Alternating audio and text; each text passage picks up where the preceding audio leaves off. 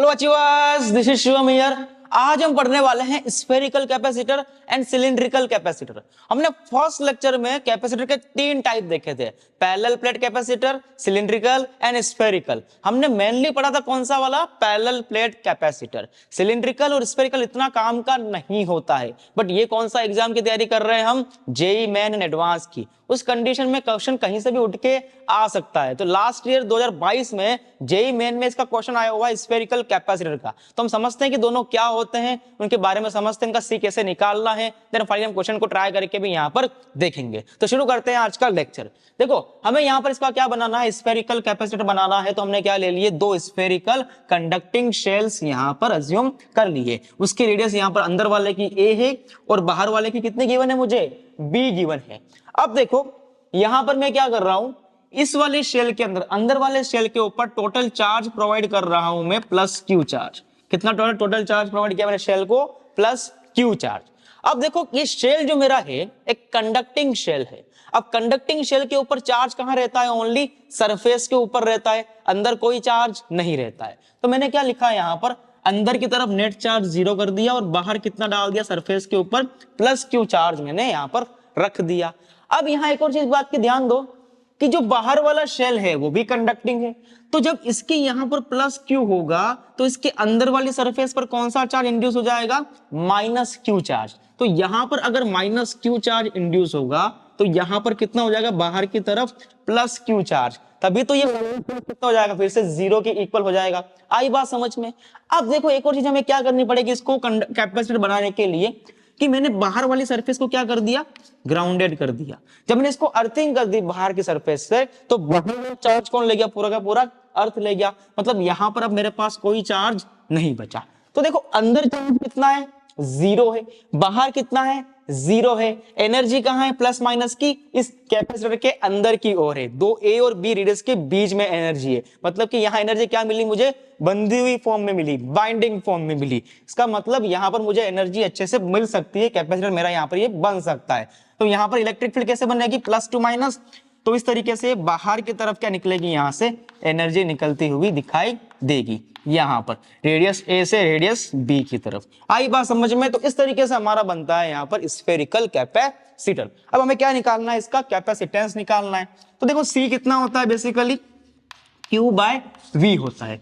Q कौन सा charge होता है, यहाँ पर पॉजिटिव प्लेट वाला चार्ज होता है, और V यहाँ पर पोटेंशियल होता है इन दोनों स्फेरिकल स्फेयर्स के बीच का पोटेंशियल। जैसे वहां पर पोटेंशियल डिफरेंस निकालते थे हम दो प्लेट का, यहाँ पर निकालेंगे दो स्फेयर का। तो मान लेते हैं कि यहाँ पर पोटेंशियल डिफरेंस जो है ये वाला A वाला है और ये B है। तो this is A sphere, this is B square. तो नेट डेल्टा V निकाल देते हैं यहाँ पर हम, VA minus VB, VA minus VB simple magnitude wise. ठीक है, ये हमने क्या निकाल दिया यहाँ पर, VA माइनस VB। अब देखो हम डेल्टा V निकाल रहे हैं, यानी कि एक तरह से V निकाल रहे हैं, जबरदस्ती डेल्टा में रखो, इसको ओनली V रख दो, दिस इज V। तो V इज इक्वल टू मान लेते हैं VA माइनस VB। तो यहाँ पर VA पोटेंशियल एट A निकालना है हमें। तो बेबी इलेक्ट्रोस्टैटिक में भी ऐसे क्वेश्चंस करके देखे हुए हैं ना, पोटेंशियल निकालते हैं अंदर वाले सरफेस पर, बाहर वाले सरफेस पर। तो यहाँ देखो अगर मुझे इस पर पोटेंशियल निकालना है तो एक बार सरफेस देगा, यानी खुद इस पर अपनी वजह से निकालेगा पोटेंशियल इसके ऊपर, और दूसरा ये वाला स्फीयर भी इस पर क्या लगाएगा, पोटेंशियल लगाएगा। तो देखो अगर मुझे इस सरफेस पर पोटेंशियल निकालना है इसी स्फीयर ए की वजह से, क्या हो जाएगा, सिंपल के क्यू बाय ए, के क्यू बाय ए। और इसी सरफेस के ऊपर पोटेंशियल, क्योंकि हम किस पर निकाल रहे हैं, ए के ऊपर, इसी सरफेस पर पोटेंशियल निकालना है with the help of B. तो क्या लिखोगे, पोटेंशियल क्या रहेगा, इसके कांस्टेंट रहेगा बी वाले का। तो simple K Q by B. तो सिंपल क्या लिखना पड़ेगा, minus K Q by B, क्योंकि उसके ऊपर कितना चार्ज है, टोटल नेगेटिव चार्ज है। तो ये आ गया पूरा potential at A. Potential at A due to स्वयं ए और ड्यू टू अदर बी। आई बात समझ में। ए की वजह से इस पॉइंट पर कितना होगा, के क्यू बाय ए, और बी की वजह से कितना होगा, कांस्टेंट होता है के क्यू बाय बी। ये सब कुछ हमने अच्छे से सीखा हुआ है ना। अब यहां ध्यान देते हैं, माइनस तो यहां भी माइनस। अब ध्यान दो, अब निकालना है potential at B due to A and due to B. तो सबसे पहले निकालते हैं potential at B due to A. तो simple K Q by radius कितनी है, के क्यू बाय बी। तो simple K Q by B. Then क्या करना पड़ेगा, यहां पर इसकी सरफेस पर इसकी वजह से पोटेंशियल कितना हो जाएगा, simple minus K Q by B. तो minus K Q by B. तो यहां पर देखो ये दोनों कट गए, सिंपल। अब यहाँ देखो v कितना मिला मुझे, सिंपल ये वाला value, this is our value K Q by A minus K Q by B. तो करना क्या, उसको वहां पुट कर दो, तो c इज इक्वल टू कितना हो जाएगा, q बाय के Q by A minus K Q by B. अब क्या करेंगे, क्यू क्यू क्यू कॉमन निकाल दें, तो क्यू से क्यू कट गया यहां पर, और ये यहां से k कॉमन निकल गया, और यहां पर बचा मेरे पास b minus A by A B. अब क्या करें, इसको ए बी को ऊपर भेज दे, तो ए बी को मैंने ऊपर भेज दिया, तो नीचे कितना आया, के बी माइनस ए। अब k की वैल्यू कितनी होती है, 1/4 पाई एप्सिलॉन नॉट, तो निकल के आता है 4 pi epsilon naught A B by B minus A. This is your formula for the capacitance of spherical capacitor. आपको सिंपली इस फॉर्मूला को याद रखना है, 4 pi epsilon naught A B by B minus A, और आपका क्वेश्चन हो जाएगा जो 2022 में पूछा गया है। कुछ भी नहीं था इसके अंदर, बिल्कुल बेसिक था, वही C is equal to Q by V वाला, क्यू कौन सा, पॉजिटिव प्लेट वाला, वी कौन सा, दोनों के अंदर का पोटेंशियल डिफरेंस जो निकालने में इलेक्ट्रोस्टैटिक्स से अच्छे से आता है, उसको निकाला, पुट किया, आंसर आ गया। अब यहाँ पर देखो, अगर इसके अंदर ये डाइलेक्ट्रिक मटेरियल भरता है तो उसको क्या करना है, सिंपल के से मल्टीप्लाई कर दो। आई बात समझ में? तो इस तरीके से हम इस क्वेश्चंस को भी आसानी से सोल्व कर सकते हैं, और हम करके भी यहाँ पर देखेंगे। इसके बाद हम देखते हैं यहाँ पर सबसे पहले सिलिंड्रिकल कैपेसिटर। नेक्स्ट हम यहाँ पर देखते हैं सिलिंड्रिकल कैपेसिटर। यहां मैंने क्या किया, दो होलो सिलेंडर लिए और दोनों कंडक्टिंग थे, एक के अंदर दूसरा मैंने यहां पर रख दिया, और बहुत ही लंबी लेंथ, मान लेते हैं इनफाइनाइट लेंथ के सिलेंडर यहां पर हमें गिवन थे। अब देखो इसके अंदर वाले की रेडियस कितनी गिवन है मुझे, स्मॉल ए, और इसकी कितनी गिवन है, स्मॉल बी।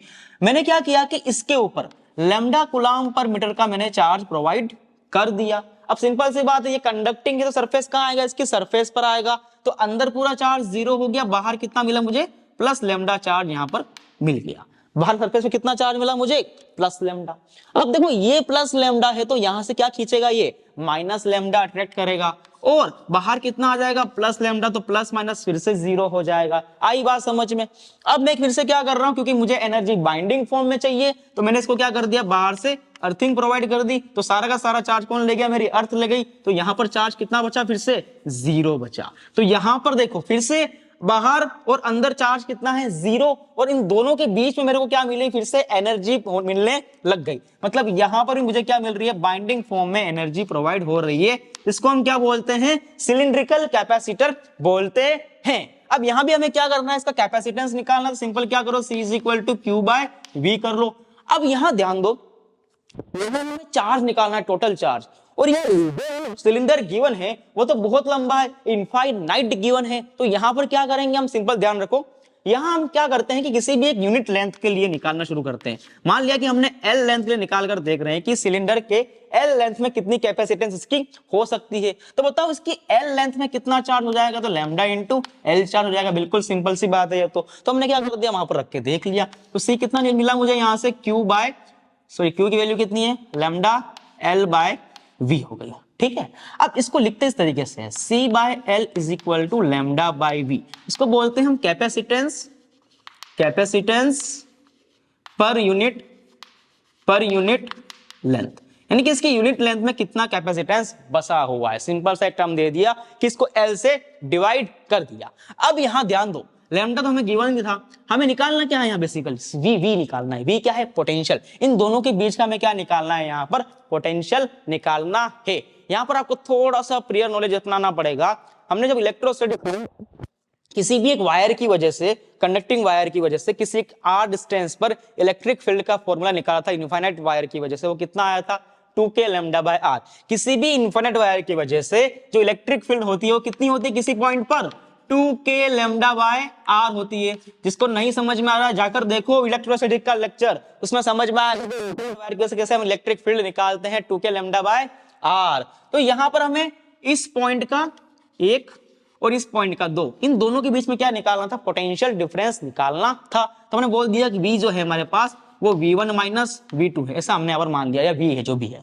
अब देखो ये वाला जो वायर है अंदर वाला, हम क्या कर रहे हैं कि उसकी वजह से किसी भी एक पॉइंट यहां पर मान लिया, हमने यहां पर इलेक्ट्रिक फील्ड निकाली, this distance is r, this is what, distance r। इस डिस्टेंस पर हमने क्या किया, उस वायर की वजह से इलेक्ट्रिक फील्ड निकाली इस पॉइंट पर। इसकी वैल्यू कितनी हो जाएगी, simple 2k lambda bye r, उस वाला फॉर्मूला से, है ना। 2k lambda by R. इस वायर की वजह से, अंदर वाले की वजह से, इस पॉइंट पर क्या निकाल दी हमने, इलेक्ट्रिक फील्ड निकाल दी। अब मैं तुम्हें बोलूं कि इस बाहर वाले वायर की वजह से अंदर इलेक्ट्रिक फील्ड कितनी होगी, तो तुम बोलोगे सर जीरो होगी, क्योंकि ये कंडक्टिंग वायर है। कंडक्टिंग वायर के बाहर की तरफ चार्ज होता है, अंदर कोई चार्ज नहीं होता है, पोटेंशियल कांस्टेंट होता है, तो अंदर इलेक्ट्रिक फील्ड जीरो होगी, मतलब अंदर कोई इलेक्ट्रिक फील्ड नहीं है। आई बात समझ में? तो अगर मैं यहां पर नेट पोटेंशियल निकालना चाहूं तो इसको मैं ऐसे लिख सकता हूं क्या, V is equal to E dot D R magnitude wise. तो क्योंकि देखो यहां पर जो है इलेक्ट्रिक फील्ड कांस्टेंट नहीं है। लास्ट वाले क्वेश्चन में, लास्ट वाले क्वेश्चन में वहां पर पोटेंशियल जो निकाल रहे थे के क्यू बाय ए के क्यू बाय बी से, वहां पोटेंशियल की वैल्यूज कांस्टेंट थी। बट यहां पर जैसे जैसे और बढ़ेगा वैसे वैसे इलेक्ट्रिक फील्ड कम होती जाएगी। इसका मतलब हमें यहां पर क्या करना पड़ेगा, इंटीग्रेशन करना पड़ेगा। तो यहां देखो v is equal to simple E की वैल्यू मुझे कितनी गिवन है, 2k लैम्डा बाय आर, तो 2k lambda by R into D R. हमें चलना कहां से कहां तक है, हमें ए टू बी चलना है, सिंपल। तो ए टू बी कर दो, इसको सॉल्व करते हैं। चलो अब तो 2k लैम्डा तो कॉमन निकल गया, ln 1 बाय आर का कितना हो जाएगा, ln r, लिमिट कहां से कहां तक, a से b तक। तो v कितना निकल के आता है मेरा यहां से, सिंपल देखो 2k लैम्डा, 2k लैम्डा। अब इसका ln b minus ln a आएगा, देन प्रॉपर्टी लगाएंगे तो ln b बाय a हो जाएगा, बिल्कुल सही। तो ln b बाय a, तो यहां पर मेरे पास v निकल के आ गया। इस v को हम कहां पुट करते हैं, इस c में पुट करेंगे, सॉरी इस वाले में पुट करेंगे। तो c by l is what, lambda by v, तो lambda by 2k lambda ln b by a। तो क्या कट गया यहां से, लैम्डा से लैम्डा कट गया।